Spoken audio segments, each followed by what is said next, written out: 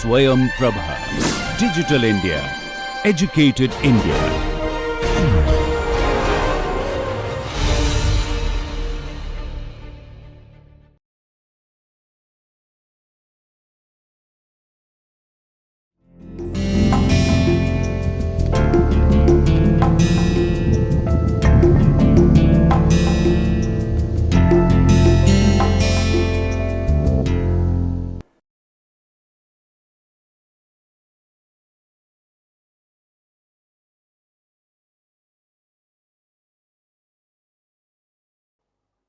Welcome to the second lecture on belt drive. This is the module 7 of the lecture series on design of transmission elements. In the first lecture, we studied the introduction about the flexible and rigid drives. In flexible drives, we found that belt drive, rope drive and chain drive are the drives which come in this category. And particularly we studied about the belt drive, and the flexible element which is used in that drive is the belt, that may be a flat belt or a V belt.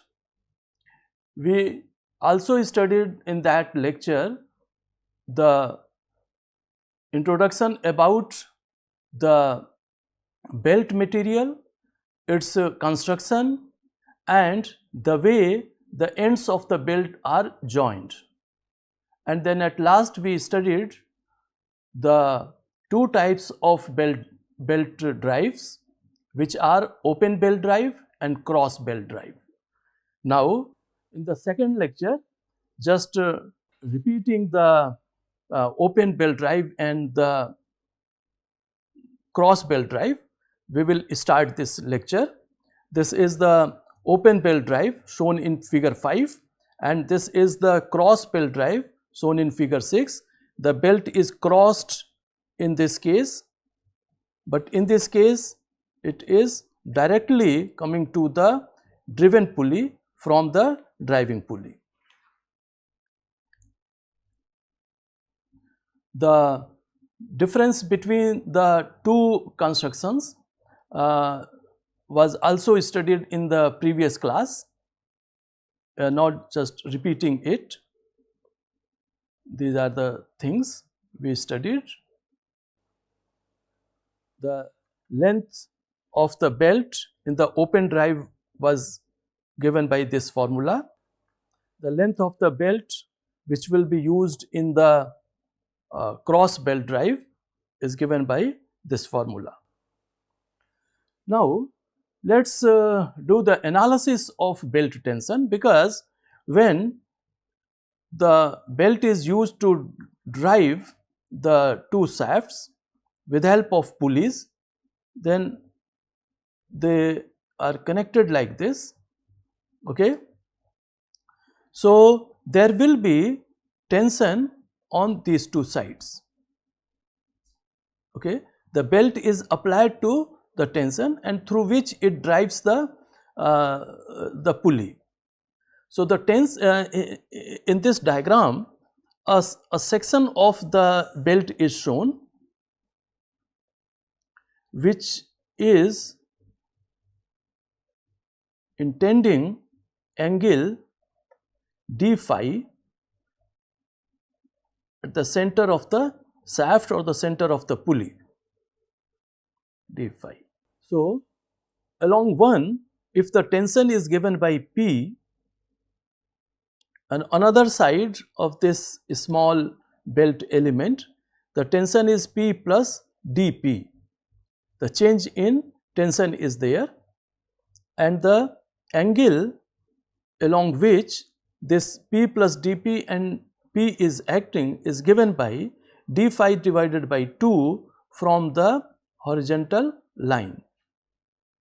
Okay. This horizontal line may be taken as the x direction and this is the y direction. The normal load which is acting on the belt is dN, and the frictional force between the belt and pulley is F, the coefficient of friction is F, and so the frictional force is F multiplied by dN. Now, if the mass of this material of the belt is given by m and it is moving with velocity v, so a centrifugal force will also act, which will be given by mass multiplied by acceleration, and so it will be given by this formula. Now, from this analysis we got a relationship between the two tension which acts on the flat belt.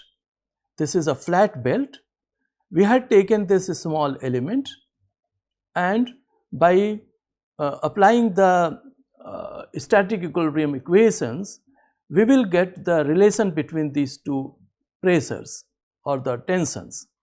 So, if the tensions are P1 and P2 on the belt and the radius of the pulley is r, and the angle which is subtended by the belt or at the center of the pulley is alpha. This may be the start of the contact of the belt with the pulley, and this may be end of the contact of the belt with the pulley.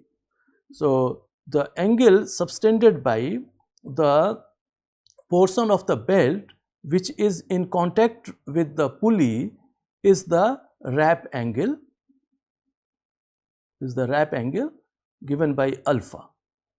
So, if P1 and P2 are the tension in the belt and alpha is the angle of wrap and m is the mass of 1 meter length of the belt, and the unit will be kg per meter, and v is the belt velocity by which it is translating, and F is the coefficient of friction between the belt and the pulley, then we have a relationship P1 minus mv square divided by P2 minus mv square is equal to e to the power f alpha. Now, if centrifugal force is not considered, then this term will be 0 and you will have a simple relation P1 divided by P2 is equal to e to the power f alpha. Now, if V belt is there, so the V belt will lie inside a groove in the pulley. There will be a groove like this. This is the pulley. Okay, and the belt is inside this groove, the V belt. This one, this is the V belt. Well, so in this case, the normal load will also act along this wall, from this wall to the belt and along this way. Well, so the additional normal force is there, and so additional frictional force will be there, and the equation of the tension on one side to tension on the other side is given by P1 minus mv square divided by P2 minus mv square is equal to e to the power f alpha divided by sin theta divided by 2. So, we are getting this additional term for the case of V belt.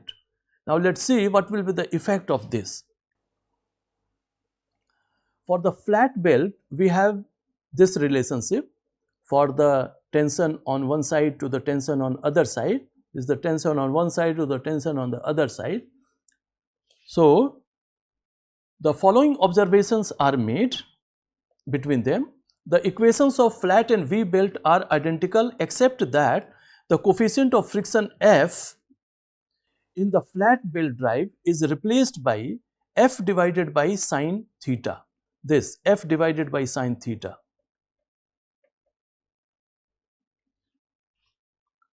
For the case of V belt. In other words, the effective coefficient of friction in V belt will be F divided by sine theta divided by 2, sine theta divided by 2, as compared to F for the flat belt.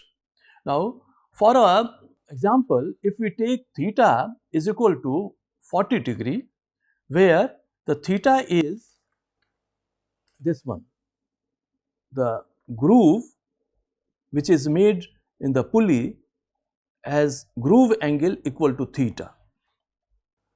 So, if theta is selected as 40 degree, then F divided by sine theta by 2 is 2.92, and therefore, in the case of V belt, the effective friction F dash is equal to 2.92 times the coefficient of friction in the flat belt case. So, more frictional force is there, and so the power transmitting capacity of V belt is much more than that of the flat belt. Therefore, V belts are more powerful due to increased frictional force. The slip is less in V belt compared with the flat belt. Now, the effective pull in the belt is P1 minus P2. That means you have a belt and on two sides the tension are P1 and P2. So, the effective pull is P1 minus P2, and therefore, power transmitted is equal to P1 minus P2 multiplied by the velocity of the belt, and the unit is Newton meter per second or watt. Now, in the kilowatt, it will be something like this. The power in kilowatt divided by this term will be divided by 1000. You will get power transmitted in kilowatt. Now, let us find the condition for maximum power transmission. A belt can transmit maximum power when the following two conditions are simultaneously satisfied. The tension on the belt reaches the maximum permissible value of the belt cross section. You have a belt, it has certain cross section, flat belt has this one, and the V belt has this cross section. Okay, and this is the length. Along this, the tension load P1 and P2 are acting. Along the cross section, there will be tensile stresses, and there will be maximum permissible tensile stress that can be applied on the belt. So, the maximum power transmitting capacity depends on the tension on the belt reaches the maximum permissible value of the belt cross section. You can increase this P up to the value where the belt can withstand. So, corresponding to this value of P, the power transmission will be the maximum power transmission capacity of the belt drive. The second one is the belt is on the point of slipping, that is the maximum frictional force is developed in the belt. Corresponding to that, whatever value of tension you are applying will give you the maximum power transmission capacity. Suppose B is the width of the belt in the case of flat belt, and T is the thickness of the belt, and sigma is the maximum permissible tensile stress for the belt material. Then the maximum belt tension P maximum is given by BT multiplied by sigma. So, this will give us the power transmitting capacity. The belt is given an initial tension Pi in order to transmit power. The initial tension depends upon the length of the belt and the elasticity of the belt material, the geometry of the pulley, and the center distance. In order to derive an expression for the initial tension, the following assumptions are made.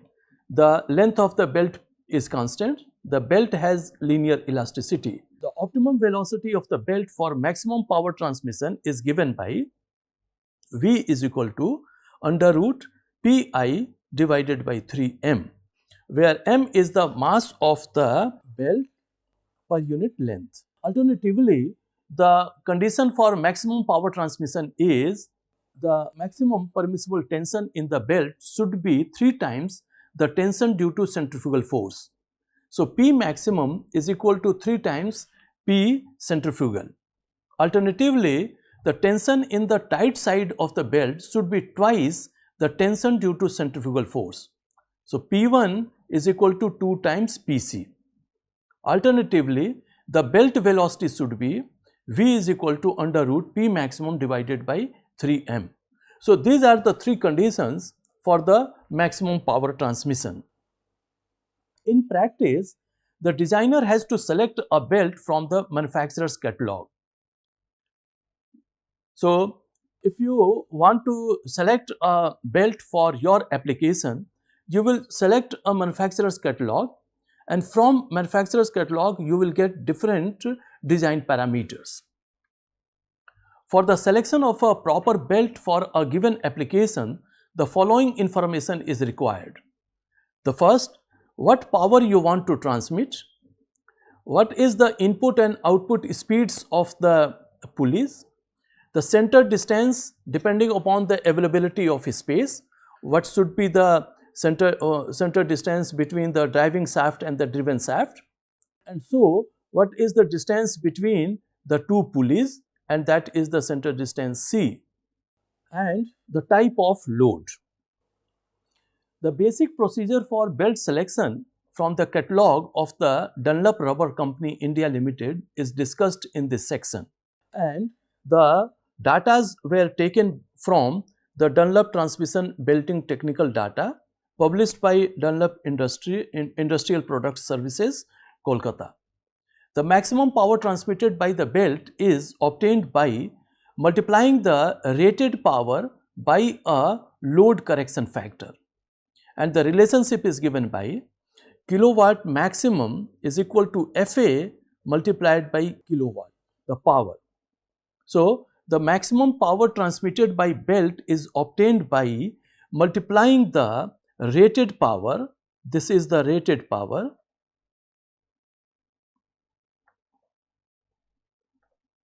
by a load correction factor. This FA is the load correction factor, and this load correction factor is obtained from a table which will be given in the next slide.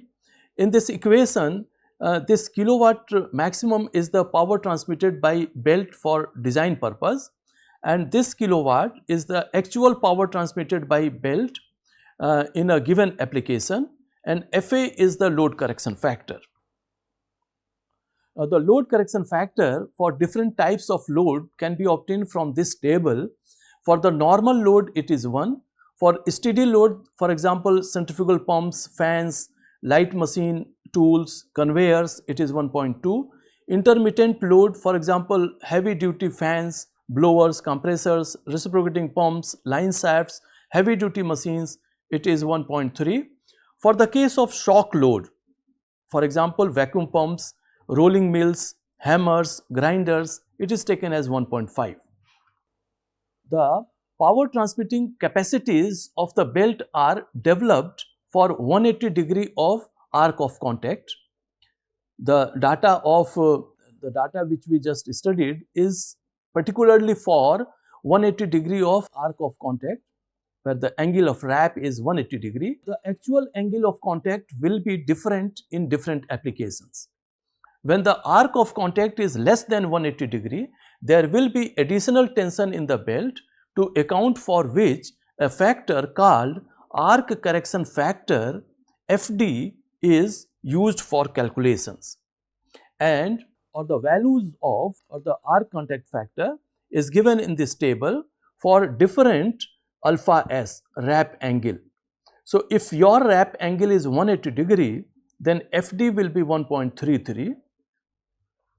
Now, it is not advisable to use the arc of contact less than 150 degree for the flat belts. So, therefore, the maximum value is limited to this 150.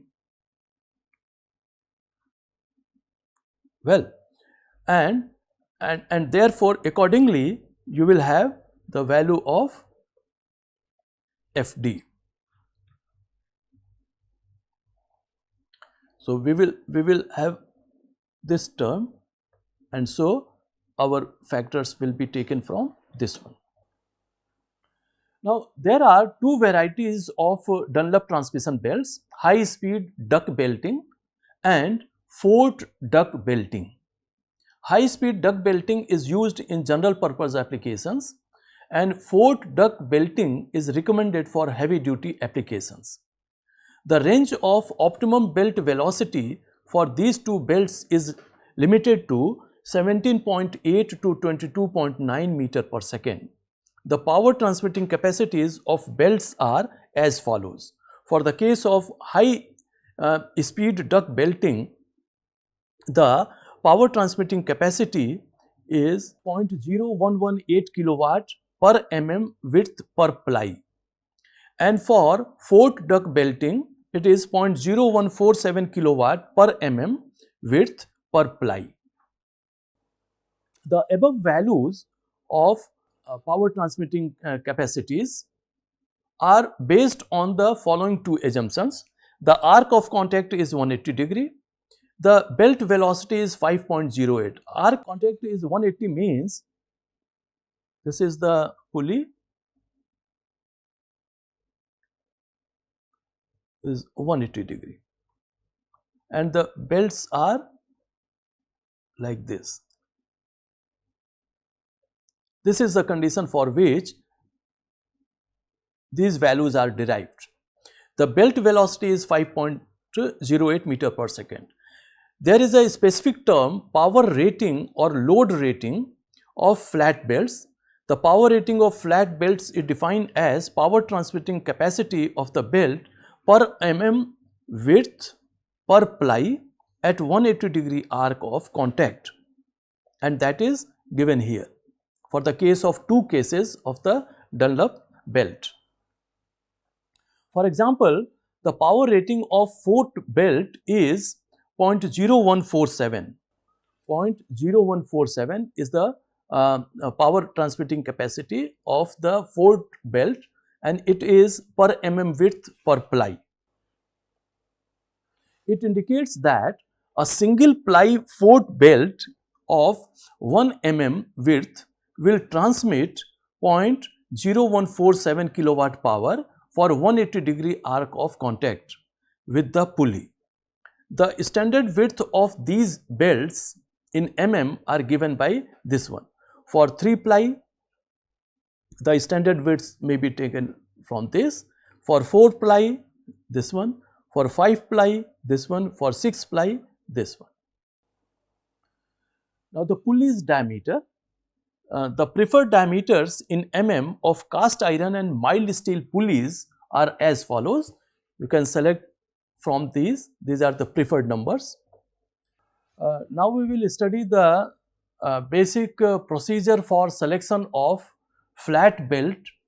The steps are following which are given here.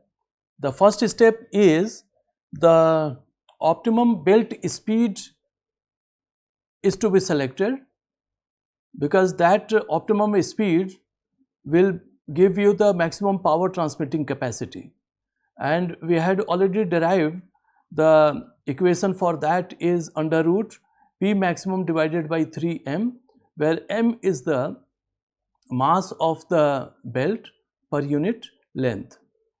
So as per Dunlop's catalog, the maximum belt velocity of Dunlop belts is from 17.8 meter per second to 22.9 meter per second.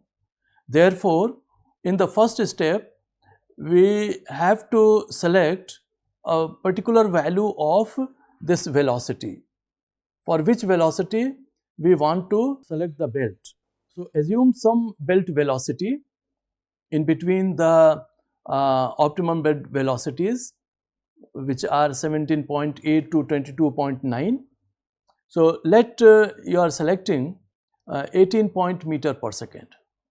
18 meter per second optimum belt velocity is selected, which is in the range given and calculate the diameter of the smaller pulley, which is considered as a driven pulley, by the following relationship. D is 60 multiplied by 1000 multiplied by V divided by pi n. This formula is very much similar to the surface velocity V, which is given by pi d n divided by 60. And if d is in meter, then it will be meter per second. If d is in mm, then it will be mm per second. So usually diameter of the pulleys are given in mm, and so the unit will be mm per second. Well, now if it is again multiplied by 1000, then this d is converted into meter and you will get meter per second. That is done here. So from this formula we get the value of d, the diameter of the smaller pulley, given by V multiplied by 60 multiplied by 1000 to get diameter in meter and velocity in meter per second.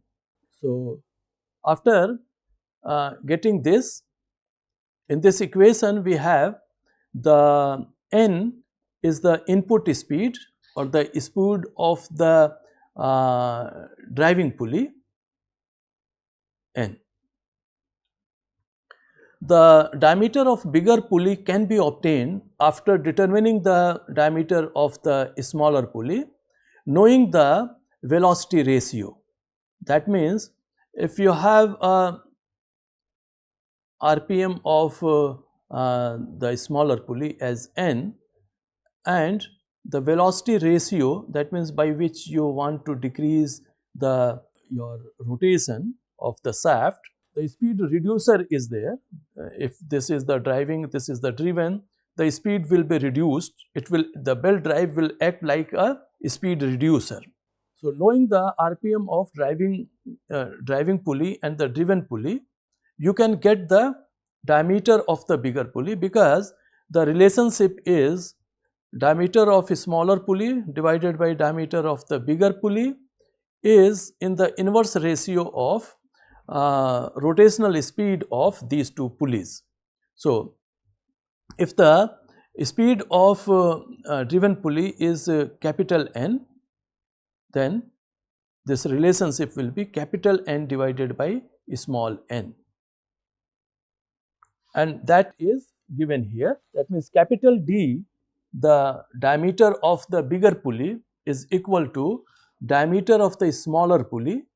This capital D divided by small d is equal to speed of the RPM of the smaller pulley, small n, divided by RPM of the bigger pulley.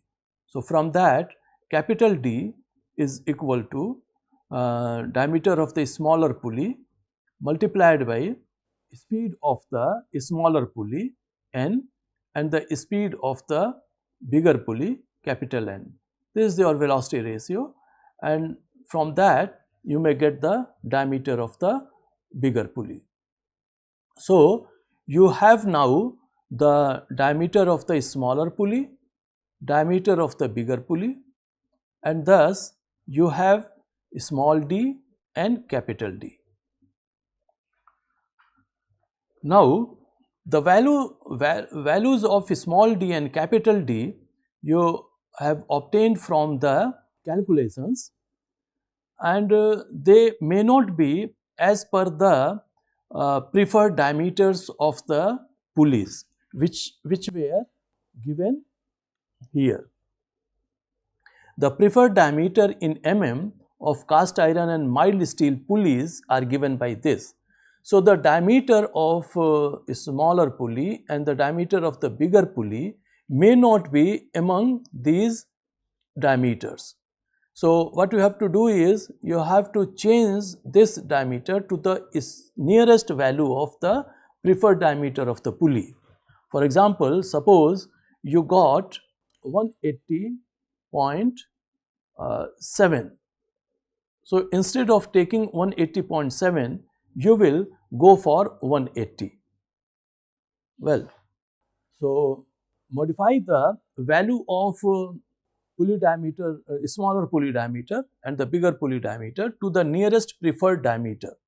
Now, once you have changed the value of D to the preferred D, D dash, and capital D to the preferred capital dash, and so what will happen is your surface speeds of the pulley or the speed of the belt will change, because we know that this D was obtained from this formula, huh?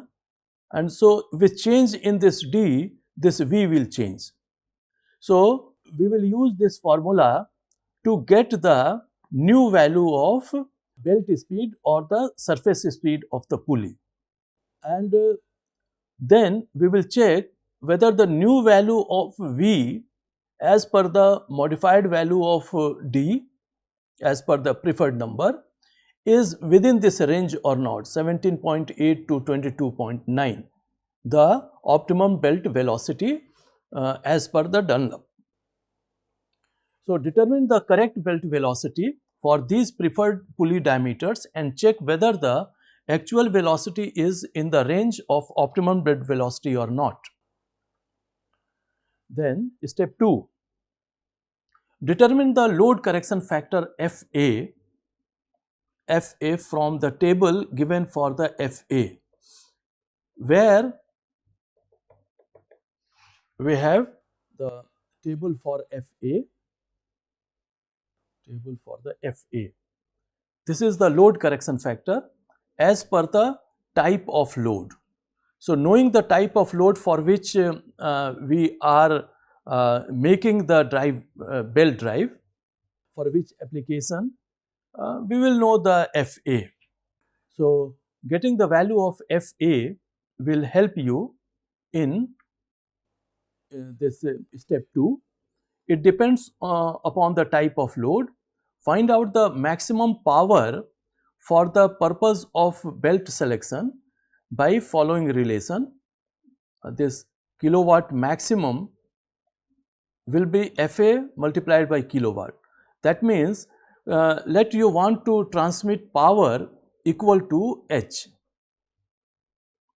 So this H will be multiplied by this load correction factor FA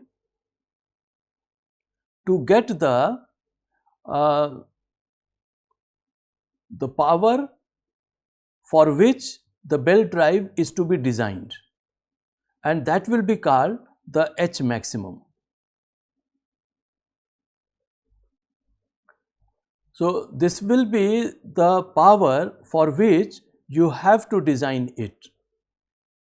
This FA will be more than 1, and so the actual power which is to be transmitted will equal to H maximum, and from your calculation you have obtained this H.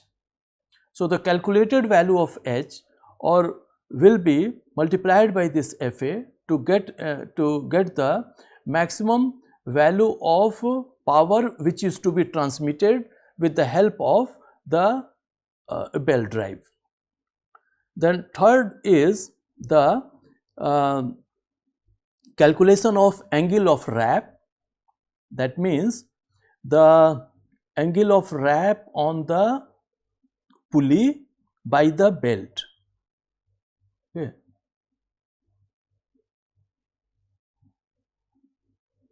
This is the angle of wrap alpha S on the small pulley. Alpha S is the angle of wrap on small pulley. Okay, so this alpha S is equal to 180 minus 2 sine inverse capital D minus small d divided by 2c. This you can obtain from a simple calculation, like the center distance is given by this is c, Okay, and this distance is equal to capital D divided by 2. This we have taken as a smaller pulley. So this should be smaller and this should be bigger. So let me change it. Okay. Here the pulley should be bigger and like this. Okay. So this is your capital D divided by 2, small d divided by 2, the small pulley, and this is capital D divided by 2. So from this relationship, from these triangles, you will get the value of this alpha s, and which is given as 180 minus 2 sine inverse capital D minus small d divided by 2c. Then knowing the alpha s, you can find the contact factor FD, or the arc contact factor FD, because some of the values are determined considering alpha s as 180 degree. Okay, so you have to use the correction factor if your alpha s is other than 180 degree. Okay, so for 180 degree wrap, the FD, the arc correction factor, is 1. For 170, it is 1.04, 160, 1.08, 150, like this. Now, if the arc of contact is more than 180, then it is, the arc correction factor is smaller, and as the formula was derived as per taking the FD, your alpha s is equal to 180 degree, and so FD for that is 1. Now calculate the corrected power by the following relation, knowing the value of this FD. Okay, you see this one. First of all, we have taken this FA to get the corrected power. Now we will take the FD to get the corrected power. Okay, the corrected power means H corrected will equal to FD is the arc correction factor multiplied by the kilowatt maximum, and the kilowatt maximum is the power which was obtained in the step 2. So you may write here the H as per step 2. Then the next step is calculate the corrected power rating for the belt by the following relation. For high speed belt, the corrected power rating is 0.018 V, the belt velocity, divided by 5.08. For forked belt, corrected power rating is 0.0147 belt speed divided by 5.08, where V is the corrected belt velocity after taking the pulley diameter from the preferred pulley diameters. Now the next step is calculate the product of width multiplied by number of plies by dividing the corrected power by the corrected kilowatt rating.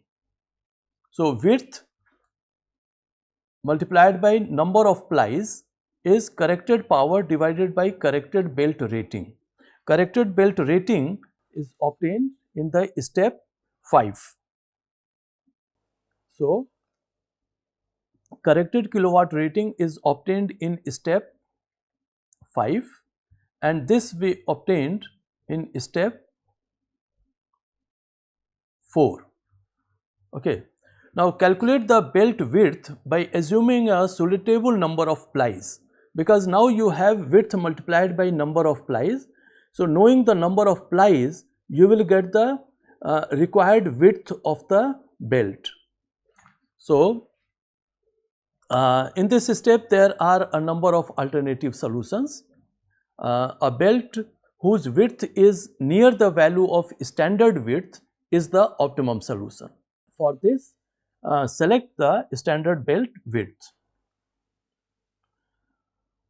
Now, at last, after determining this d, small d, and knowing the angle of wrap and the width of the belt, selecting the number of plies, now we can find what should be the length of the belt, what belt length will be required if the center distance is capital C, and this is the equation for open belt.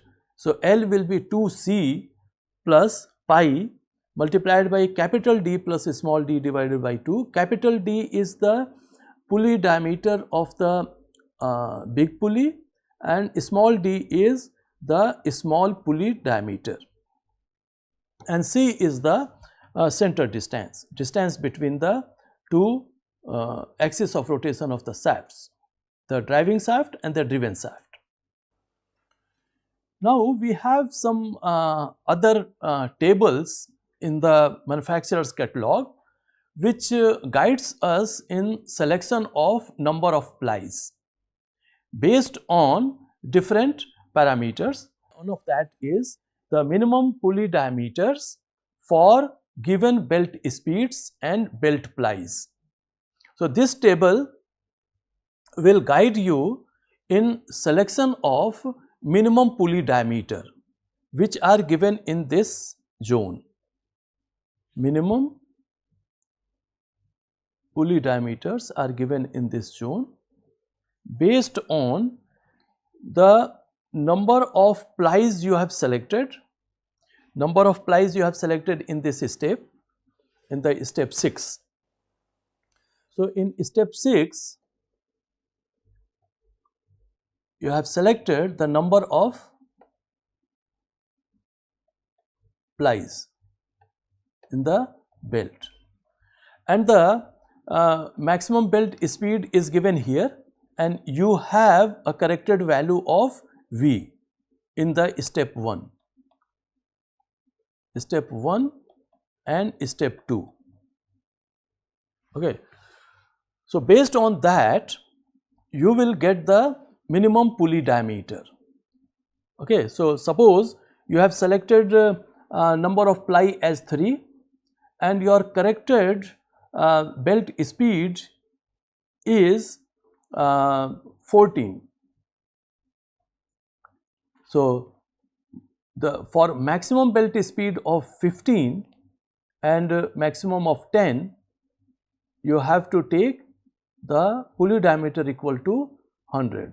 So your belt speed is 14, near to this one, and so you will select 100 mm diameter of the pulley, and accordingly this table will guide you in selection of minimum pulley diameters. And the pulley diameters you obtained in the, you see, in this step, in the step number 1 and this. So you have to check whether these diameters which you have obtained is satisfying this table or not. That you have to check. If it is not, then you have to change your parameters. And this figure shows you the cast iron pulley and its different dimensions. And this pulley is a crowned pulley where face of the pulley is curved, and the height of curve, which is also called the crown height, is given by h. In the flat pulleys, this top surface would be flat like this,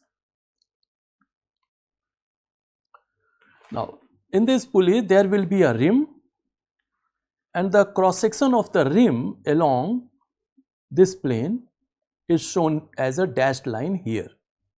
This is the cross section of the rim. Okay, and the belt will be mounted on this rim, top surface of this rim. That is also called the face of the rim.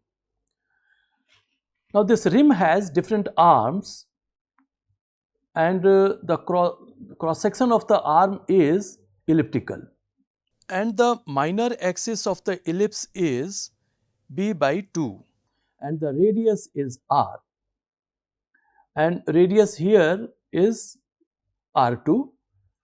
This is called the Bosch, and the length of the Bosch is given by L, and the diameter of the Bosch is D1, and the diameter of the pulley is capital D, big pulley. And this one is the bore, this is the bore or the shaft diameter, and the pulley is mounted on the shaft with the help of this keyway. There will be a keyway on the shaft also, shown by this green color, and a key will be inserted in the keyway to couple the pulley on the shaft.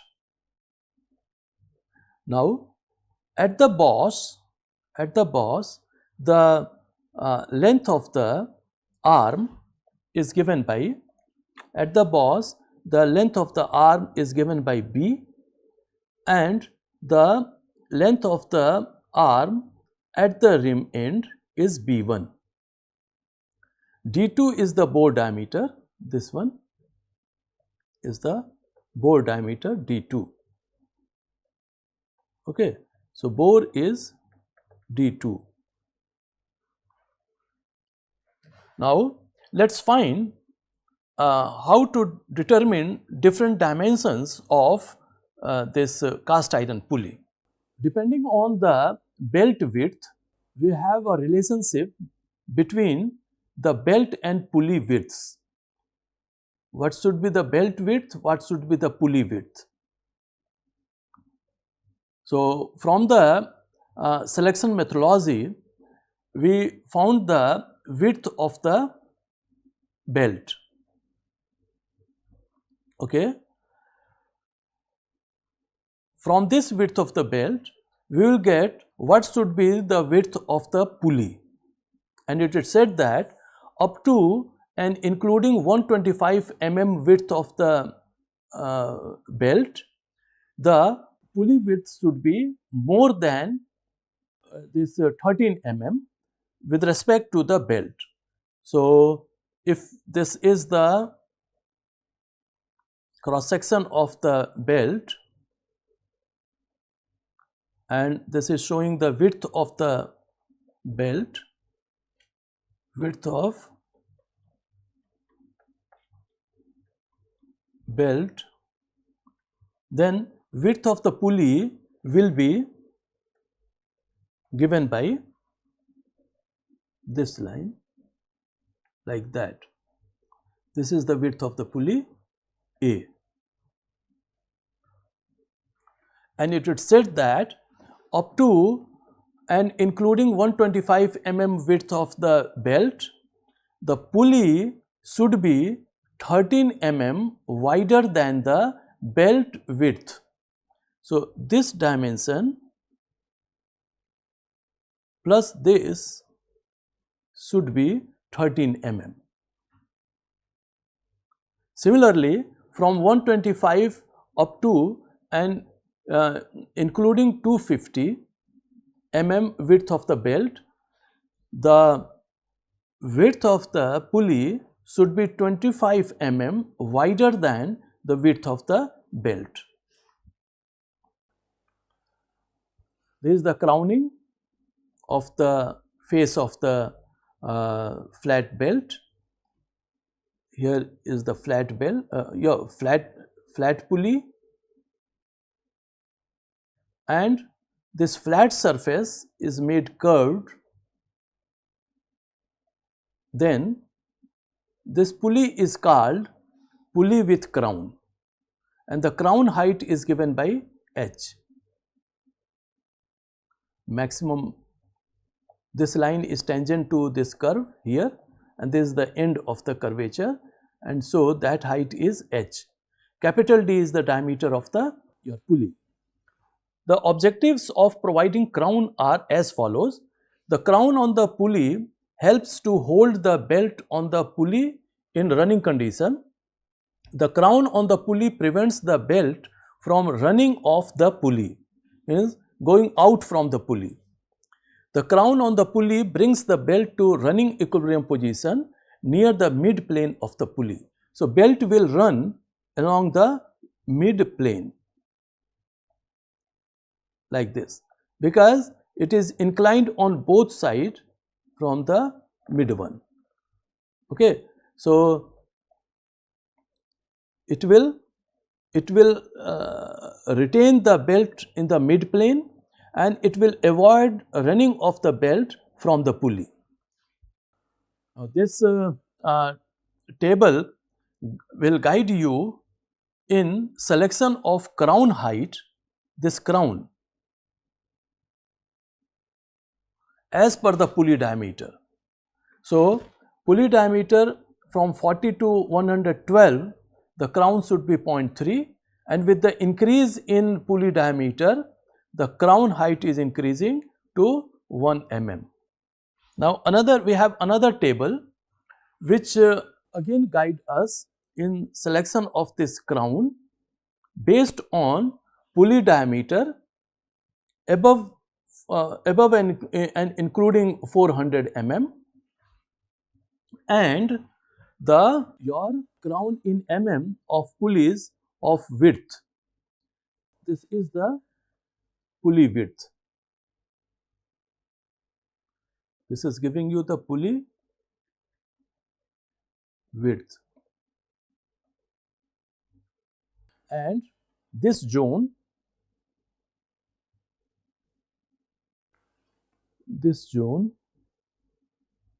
is giving you the h, the crown height.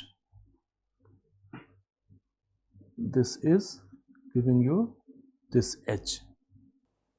Okay.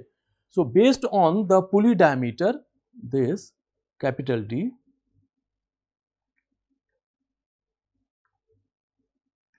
and based on the pulley width, this A,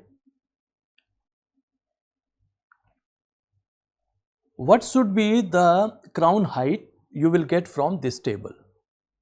So, suppose the pulley width is in between 224 and 250. So, this column you will select, and let the pulley diameter is 560. So, you will select this row. So, the cell value corresponds to 1.5. So, 1.5 should be the value of this h. Now, cast iron pulleys are made of grey cast iron of grade FG 200, where 200 represents the ultimate tensile strength. The proportions of these pulleys are given in figure and the table. In figure, the number of arms are shown as a 4, but the number of arms are selected as per this table, and it says that for pulleys up to 200 mm diameter, use webs. For pulleys above 200 mm diameter and up to 450 mm diameter, use 4 arms. So, 4 arms you will use when the pulley are above 200 mm diameter and up to 450 mm diameter. Use 6 arms for pulleys above 450 mm diameters. The two views of the cast iron pulleys are shown, and the different dimensions are shown here. The rim thickness, the width of the pulley, the crown height, the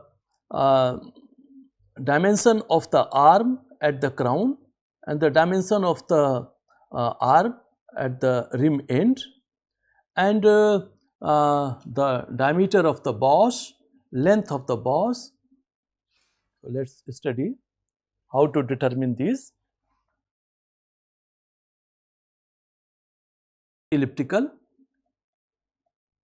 The thickness of arm B, this, is given by B is equal to 2.94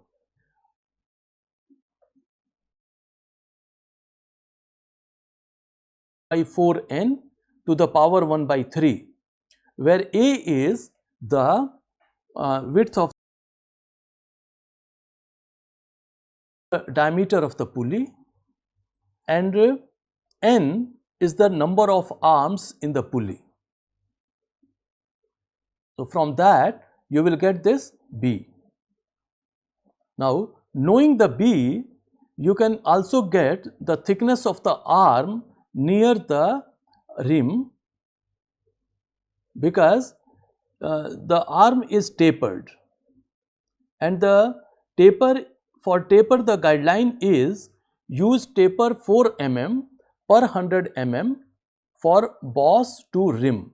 From boss to rim, 4 mm tapered is selected per 100 mm. It means if arm length is 100, then the taper will be 4 mm. So if the length here is 4, then length at this place will be 1. Now radius of cross section of arms. This is the cross section of the arm, and radius of this arm is R, and this R is given by 3 by 4 B. B is the dimension of the arm at the boss. So knowing dimension of the arm at the boss from the previous step, this B and B, you can get the R, and so you have the cross section of the arm. Now the minimum length L of the boss or the bore, here you have a bore, so whatever length will be there from this to this is your L. Okay, so this L is given by 2 by 3 A. It may be more for loose pulleys, but in no case it should exceed A. Now thereafter we get the dimension D1 minus D2. D1 is the diameter at this location, which is the diameter of the boss, D1, and D2 is the bore, this one, this is D2. So D1 minus D2 divided by 2 is equal to 0.412 multiplied by under root AD. A is the width of the pulley, and capital D is the diameter of the pulley, to the power 1 by 3 plus 6 mm for single belt. If a single belt is to be mounted, if you want to mount 2 belt, then you have to use this formula. Now radius R1. R1 is this radius, radius at this location, small radius fillet, is given by B divided by 2 near the rim, and R2 near the rim, and in this view the value of this curve will be given by B by 2. So both are B by 2 and B by 2. Now thickness of rim, the rim thickness, okay, the thickness of the rim is given by D, capital D divided by 200 plus 3 for the single bed. Where is the thickness? This one.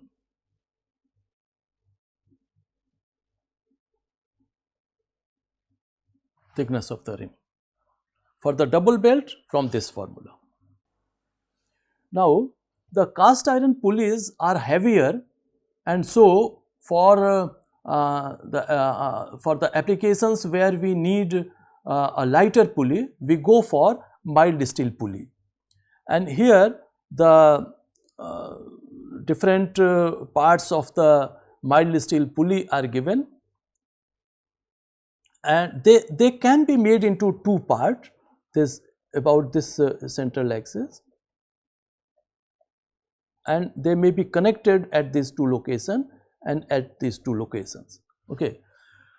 So, the bore is D here, capital D is the diameter of the pulley, T is the thickness of the rim. Here you see rim is a flat rim with rectangular cross section, and the width of the rim is A. Now, proportions of the mild steel pulleys are as per the arrangement. So, A is the arrangement of arms. The pulleys up to 300 mm width are normally supplied with a single row of spokes. Wider pulleys requiring double row of spokes sometimes. Now, minimum length of boss. The minimum length of boss is equal to half width of face, subject to a minimum of 100 mm in case of pulleys with 19 mm diameter spokes, and the minimum of 138 mm for pulleys with 22 mm diameter spokes. Thickness of rims is 5 mm for all the pulleys. Then number of arms in the mild steel pulleys can be determined from this table depending on the diameter of the pulley and the details of the spokes. So, if diameter of the pulley is from 280 to 500 mm and number of spokes are 6, then diameter of spokes will be 19. Similarly, you can get it, and from here you may also get the number of spokes knowing the diameter of the spokes and the diameter of the pulley. So, for a particular diameter of the pulley, particular range of the pulley, you will have a number of spokes and the diameter of spokes from this table. So, these are the references which were used in this belt drive. This last reference was not used. This was used in the bearings chapters. So, in this second lecture of belt drive, we started with the pros and cons of the open and cross belt drives, where open belt is preferred, where the cross belt is preferred. Thereafter, we studied the selection methodology of a belt drive. The belt dimensions are determined, its width, its length, and thereafter we also studied about the two types of pulleys, the cast iron pulleys and the mild steel pulleys, and we determined the way different dimensions of the cast iron pulley and mild steel pulleys are determined, like the number of arms or the number of spokes, or what should be the width, what should be the your boss length, what should be the diameter of the boss, and like that. So, in this lecture particularly, we studied in detail about the flat belts and the pulleys which are used to drive a flat belts, and those pulleys are the cast iron pulley and the mild steel pulleys. Thank you.